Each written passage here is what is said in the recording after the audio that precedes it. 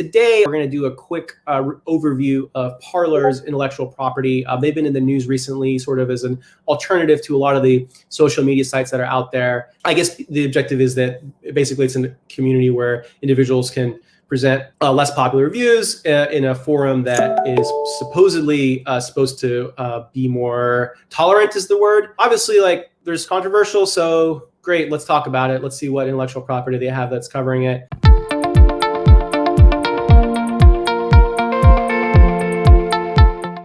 I think it's actually really interesting to look at intellectual property portfolios of entities and individuals, not just those that are commonly known, but also the less well known, because you can learn a lot, not just about their business, not just about their objectives, but you can also learn about creative ways of protecting intellectual property, which is a theme of the show and something that we've been spending a lot of energy on looking at. So again, as always, let's just start off by taking a look at their main site. So here you see their main site. The first step in all this is to figure out what the entity actually is that owns the intellectual property. So here, if you look at their user agreement, normally you'll find, so here they have, let's see, if we scroll down, we're basically looking for an entity name. So just quick scroll through. Let's take a look at their privacy policy. Oh, here it is right here, Parler LLC. Okay, so that's going to be the company name.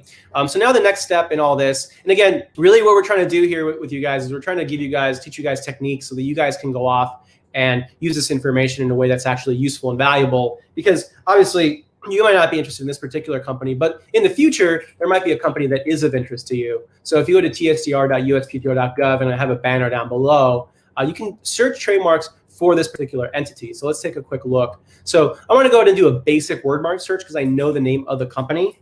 I'm going to go ahead and put it in quotes, and I'm going to do an owner name search. So I'm going to go ahead and do a search. We'll see there's 4 records that return. All right, so there's Parler, PR, and then these 2 that are dead. For those of you guys that don't know, John Matz, he's the CEO of the company. Do a Google search if you guys are curious, but you're gonna see there's a lot of hits, a lot of recent hits. It's a microblogging social networking service launched in August of 2018. Obviously, it's associated, I mean, per Wikipedia, with Trump supporters and conservatives. So interesting alternative to a lot of the social media sites that are out there. But again, I always think it's worthwhile to examine and take a look at intellectual property and how companies and individuals, regardless of any sort of slants or opinions, go about using the intellectual property system to protect themselves. So again, let's hop right in. Let's take a look. We're going to first take a look at their core mark, which is a word mark on just the word Parler. And again, it's a French word for means speak. It's the English translation of it. And let's take a look at all the classes. So they've actually filed under multiple classes, as you can see. Class 9, this is going to cover your mobile apps. So anything that's downloaded onto a phone is going to be under class 9. And as you can see, if you go to their main site, you'll see that not only do they have a desktop version, but there's also a mobile app version. In addition to class 9, they have a really long description of what the services actually cover. If you scroll down, we see they also have class 35, which is covering internet advertising, providing business information, and not just 35, but also 38. 38 is typically used for streaming services. So live streaming services are going to be under class 38. We also have class 42. This is, okay, so any SaaS or PaaS service, software as a service, platform as a service, you're going to see those classified under class 42. Again, not too surprising what we've seen so far. So we've seen 9, 38, 42. Yeah, also 45. So social networking services are classified under 45. A whole slew of classes. Just to recap, we see 45, 42, 9, 38, pretty much covering the whole gambit. Also 35. So a really, really broad range of classes.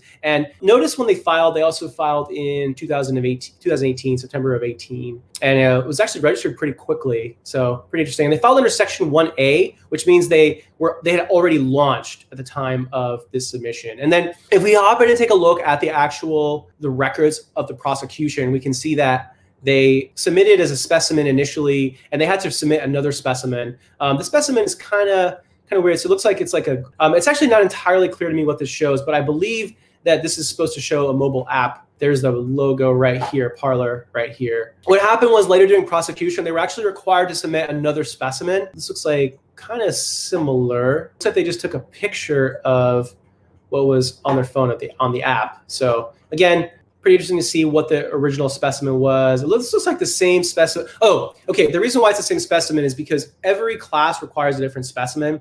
So what they did was they submitted the same specimen for all 5 classes. What ended up happening was during the course of prosecution, they were basically required to submit another specimen. And so one was submitted later. This shows here the WordPress site and Parler comment system. If you look around crowdsourced news, there's a mobile app version of it. And there you have it. So this is the updated specimen that was submitted for Parler. And then if we go back, and then we can see that we also have not just the word, but also the logo right here. So there you have it. The word PR, this stylized version. Notice they're not claiming color as a feature of the mark. So it's just a very broad coverage of the logo, of the design, without color claimed as a feature. And what you'll notice is that they actually use all the same descriptions and classes for both the design and the word Parler, and also this PR logo. You're going to probably see expect to see something similar in terms of specimens that were submitted. Let's just take a quick look, see if we can see about the specimens. And it looks like the specimen might have been different that were submitted for this. Yeah, so it looks like they were different. And that's the CEO. As you can see, this is the specimen that was submitted. So that is Parler. They had 2 abandoned marks. Looks like the CEO tried to also trademark his name back in 18. For whatever reason, that was abandoned. And same with Influence Network, also abandoned. So super short episode today. Parler's been in the news frequently, especially lately. And so I thought, you know what, let's do a deep dive of their trademarks and just see what they have filed and what they have registered. So it was really interesting to see also what trademarks might they choose to file on in the future. All trademark applications are public. And so it's really interesting to see what's pending, where the company is going in terms of brand, and what they're maybe possibly deciding to file on which they haven't yet released, but might be released in the coming couple of years. So thanks for watching.